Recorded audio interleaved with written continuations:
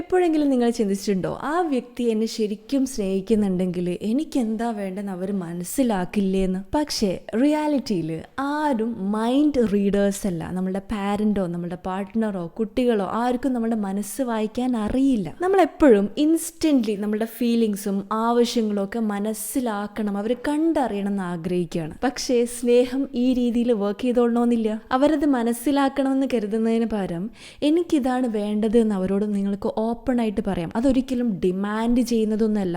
അത് അവരോടൊരു മര്യാദകേടാവില്ലേ, ഞാൻ അങ്ങനെ പറയാൻ പറ്റുമെന്നൊന്നും ചിന്തിക്കേണ്ട. നിങ്ങളുടെ റിലേഷൻഷിപ്പിന് വളരാനുള്ളൊരു സാധ്യതയെ നിങ്ങൾ ഓപ്പൺ ചെയ്ത് കൊടുക്കുകയാണ്. അതുകൊണ്ട് ഇന്ന് മുതൽ ഈ ഗസ്സിംഗ് ഗെയിം നിർത്തിയിട്ട് ശരിയായ കോൺവേഴ്സേഷൻ സ്റ്റാർട്ട് ചെയ്യാം. അതുകൊണ്ട് തന്നെ നിങ്ങൾ നിങ്ങളുടെ പാർട്ട്ണർ അല്ലെങ്കിൽ ആരെങ്കിലും നിങ്ങളെ ഒന്ന് കണ്ടറിഞ്ഞ് മനസ്സിലാക്കണം എന്ന് ആഗ്രഹിക്കുന്നുണ്ടെങ്കിൽ അവരിലേക്ക് ഈ വീഡിയോ ഒന്ന് ഷെയർ ചെയ്ത് കൊടുത്തിട്ട് പറയാം, I want to talk about this. ഇനി അതല്ല, നിങ്ങളുടെ ഓപ്പോസിറ്റ് പാർട്ട്ണർ നിങ്ങളോട് ഷെയർ ചെയ്യുന്നില്ലെങ്കിൽ ഇതൊന്ന് ഷെയർ ചെയ്ത് കൊടുത്തിട്ട് പറയാം, ഞാൻ മനസ്സ് വായിക്കാൻ അറിയുന്ന ആളല്ല, എനിക്കൊന്ന് പറഞ്ഞു തരുമോ എന്ന് ചോദിക്കുക.